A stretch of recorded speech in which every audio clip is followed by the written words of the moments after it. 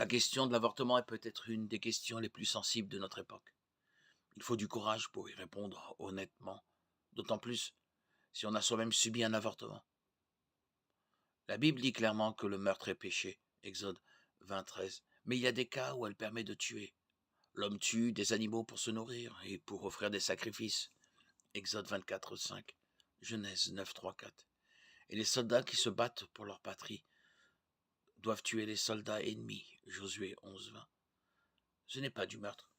Le meurtre se définit comme la mise à mort illégitime et préméditée d'un homme par un autre homme.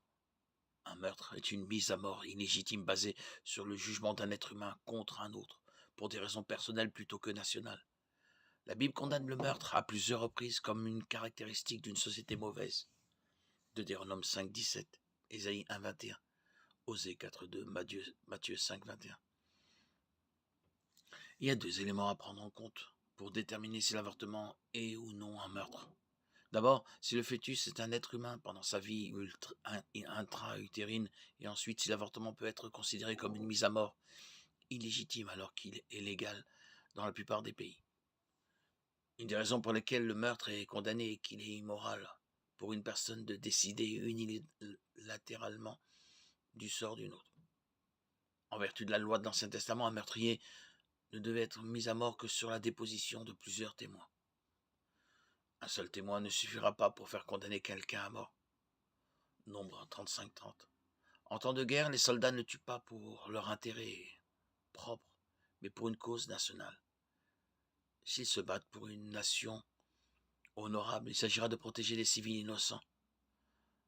L'avortement est différent, il s'agit d'une mise à mort basée sur le jugement unilatéral et la volonté de la mère. Cependant, si le fœtus n'est pas encore humain, s'il n'est qu'un animal ou une masse impersonnelle, il ne s'agit pas d'un meurtre pour autant. Un fœtus est un être humain. Biologiquement parlant, la vie humaine commence à la conception, quand l'ovule de la mère rencontre le spermatozoïde du père. Les deux gamètes s'associent pour former un nouvel ADN tout à fait unique et personnalisé. L'ADN est un code qui contient toutes les informations requises pour la croissance et le développement d'un nouvel être humain. Le zygote n'a plus besoin de matériel génétique supplémentaire. Il est tout aussi humain que sa mère tandis qu'il se développe dans la matrice de cette dernière.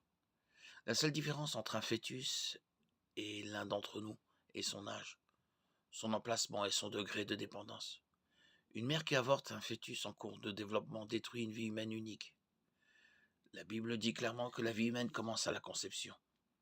Samson a dit « Je suis consacré à Dieu depuis le ventre de ma mère » Juge 16-17, se décrivant lui-même comme ce que Dieu avait prévu pour lui, déjà avant sa naissance. David a écrit « C'est toi qui as formé mes reins, qui m'as tissé dans le ventre de ma mère » Psaume 139-13. Là encore, il entend qu'il était déjà une personne dans le sein de sa mère.